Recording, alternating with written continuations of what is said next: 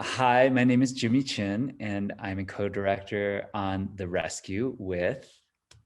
I'm Chai Vasarhelyi, and I'm also a co-director on The Rescue. So The Rescue chronicles the against all odds rescue of a Thai football team and their coach who were stuck in a cave for over 18 days. So I know that this story captivated the world a couple of years ago. When did you decide that this was going to be your next project?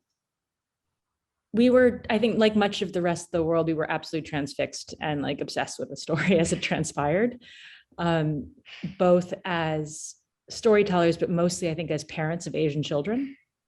And I don't know if you think back to like that moment in 2018, like the world was pretty dark, and here was something which like didn't discriminate. It was like this idea that like no matter who you were going to try to show up and help. And I think it really just moved both of us, and we were following the story. Yeah, I think the story was a confluence of a lot of pieces that Chai and I were really moved by and look for in a story. I think, there's a ticking clock. There's a lot at stake. There's unlikely heroes. But most importantly, it is a story about our common humanity. And given the times that we live in, very divided times, it was a very hopeful story about people coming together from different places, different countries, different cultures, to try to achieve the impossible. Absolutely. So can each of you tell us a little bit about your background? How did you get into documentary filmmaking? I started making my first film when I was in college, when I was an undergrad, and I just never really turned back. I believe The Rescue is my 8th feature-length documentary that I've made. And it just, truth is stranger than fiction, and it's been fun. Yeah, and I really started as a photographer and a photojournalist, and covering stories about, I guess, human potential and the human spirit. And I started filming on some of these expeditions, mostly for posterity and for shorter films, and then kind of embarked on my first feature documentary with Chai on our film Meru. I know that your last film together, Free Solo, obviously that's what most people know you for, because you won the Academy Award for documentary feature in 2019. So how was this process of filming and creating The Rescue different from that? Because they're such different stories. Well, I think the primary difference is this is the first film that we've made where we weren't present for the principal action. So, this film, like the best part about nonfiction filmmaking are the constraints. Because like in fiction, like you can write your way out of a problem. Like, you can write a new scene. But in this film, like, the cave is pitch black. If you were lucky enough to film underwater, it's like a muddy hole. No civilians were allowed to film inside. It's halfway across the world. Most of the action's in Thai. And then a pandemic hit. So it was an interesting situation, which is like it's like one of the great stories of our time, but there was no like footage to just, to bring it to life. So this really was like it was labyrinthian for us. So wait, what was the question again? Sorry. How was creating this film different from Free Solo? So so that's how it was different. Was that we had nothing to work with. Yeah. I think one of the most captivating parts are those beautiful reenactments in the film of the divers going through and taking these boys out in this extraordinary way.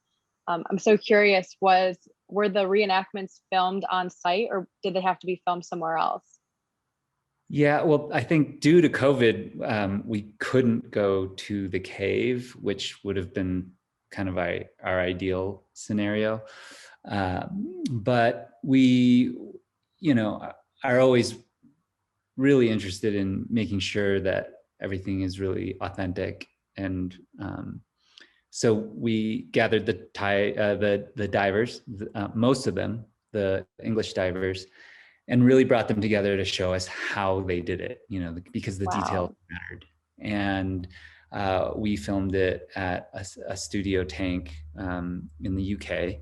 And they were really able to show us, the equipment they used, how they moved through the water, and, all the, technical aspects. And also probably the thing that was most moving for us was seeing how they, tied the kids' hands together behind their backs and tied their feet together and submerged them under the water. I think that was really brought it home to us just how outrageous this whole, rescue was.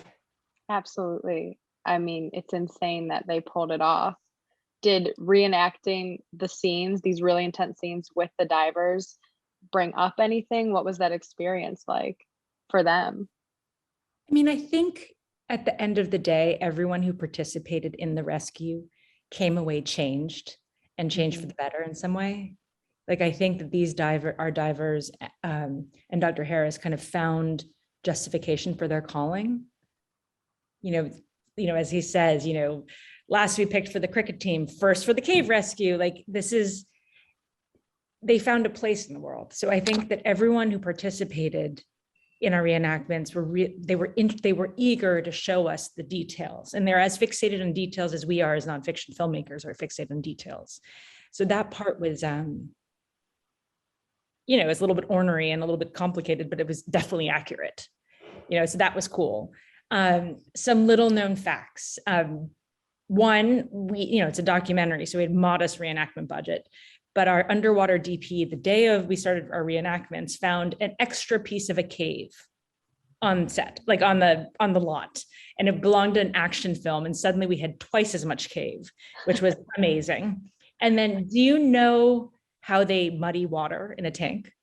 I don't. They use broccoli, ground up broccoli. Really? Yes, because it's so expensive. If the water gets too muddy, it's so expensive to empty the tank. It takes several days. So broccoli apparently creates the right type of sediment, and it's not harmful to humans. So the things you learn like in this business. But it was fun, and it was a new thing for Jimmy and myself, and it was really like they're just things you can't understand, as Jimmy was saying, unless you see it with your own eyes. Yeah.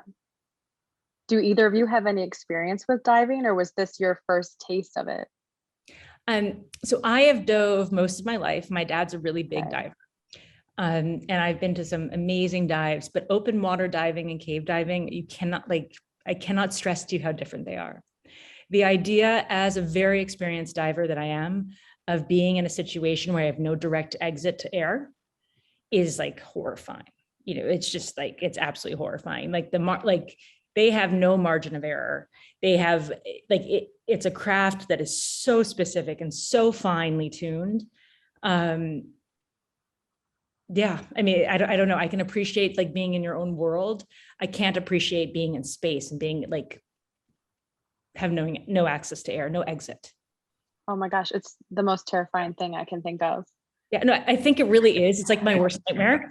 Especially no one diving. You think heights would be the most terrifying, and then you get in a cave, submerged, deep diving, and then you're like, oh, there's something more terrifying than heights. Oh my God. Especially seeing the map of the cave and to see how extensive it is and how many miles it goes. And it's profound. It's insane.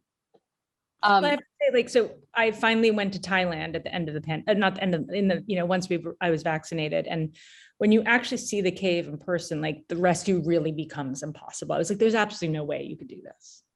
It's vast, it's deep, it's dark, it's like perilous in every turn. And it just, again, like underlines how ludicrous or how extraordinary the rescue was. As we kind of dove into sorry for the pun, but the film and the story, it just became more and more apparent how unlikely it was for this to happen. the details of it really coming out. So did I get this right? The two of you didn't physically go to the cave until after the film was complete? Well, actually, it's a great feminist story. Jimmy took care of our kids, and our film was not complete. It was right after I got my second vaccine, so this was in May. Okay. And I went one to see the cave for myself, two to meet the children and the coach, and also to meet everyone we had interviewed on Zoom. Because I was like, it was like inconceivable to me that we hadn't met in person. And to date, we've never met Dr. Harris in person, which is a crazy thing because he lives in Australia, and Australian COVID restrictions are incredibly strict and they have to be for a humanitarian reason. Like making a movie is not one. But I went to Thailand because we'd heard this rumor that there was footage, that the Thai Navy SEALs had footage. And, like John Vlanthen talked about how he remembers filming on behalf of the Thai Navy SEALs, like a children's motivational cheer when he found the kids. But then he even began doubting his own memory because he'd never seen the images. So on that premise alone, like we'd been negotiating with the Thai Navy SEALs for about 2 years over Zoom. It never worked out. So I finally went to Thailand, did my mandatory quarantine, knocked on the admiral's door and was like, hi, like, let's talk about the footage. And we anticipated it to be like maybe 90 minutes total. And it was 87 minutes. So 87 hours, excuse me. And we were supposed to lock the movie on June 1st. This was June 1st when I got the footage. So it became this like crazy dash to the end, but it was like the good fight because it was about representing the Thai like voices. It was about allowing like many wide audiences to actually feel what it's like to be in there.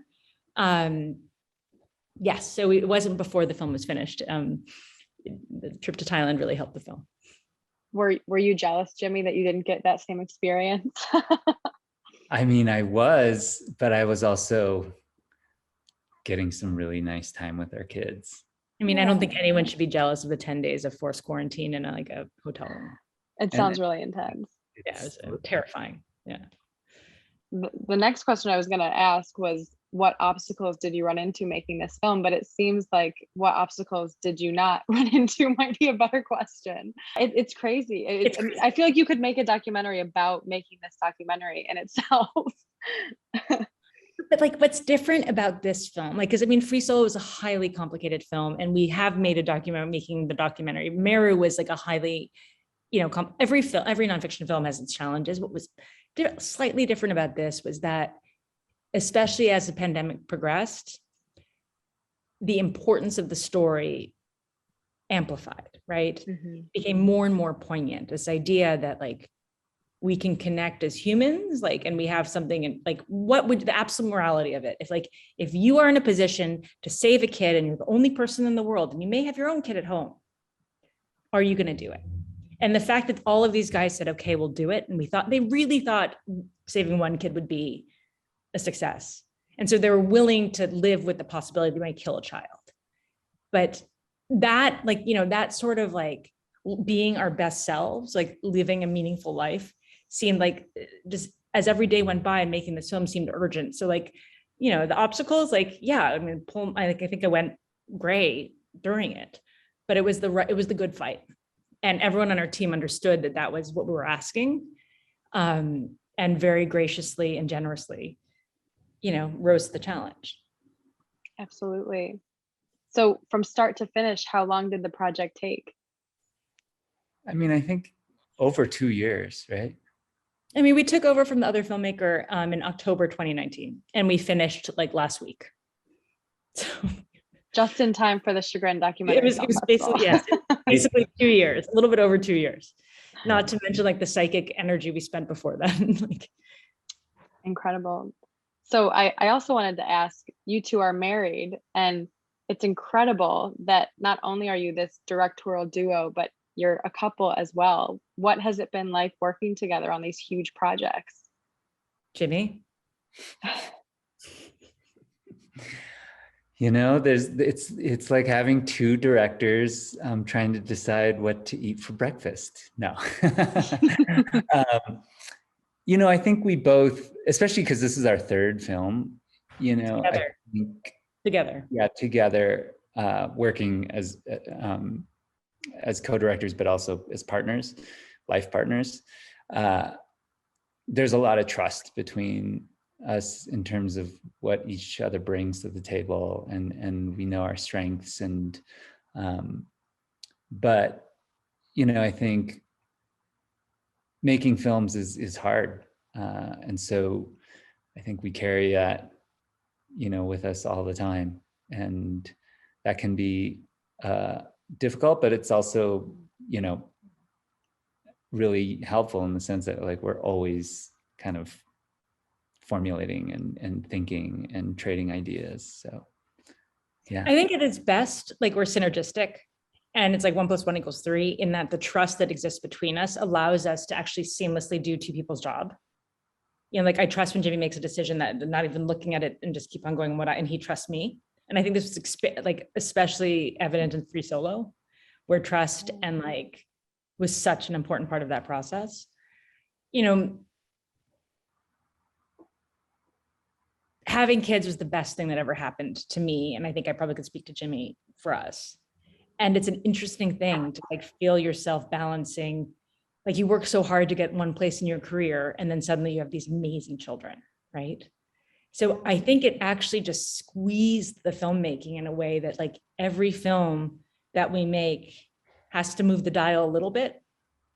Like it has to make the world a tiny bit better to make us sacrifice that time that we otherwise could be spending with our little peanut people, like it's just, and all those decisions become a little bit easier, but a little bit more poignant because you know what you are giving up and you know what you're gaining. So like, I think Free Solo was also, we got this platform and like, we felt very obligated, but then having children, you're just like, this is the world they're going to inherit. Either I'm going to work and do something good, or I'm going to spend time at home and make sure they're good people. Like, and it's hard, like, what you're giving up.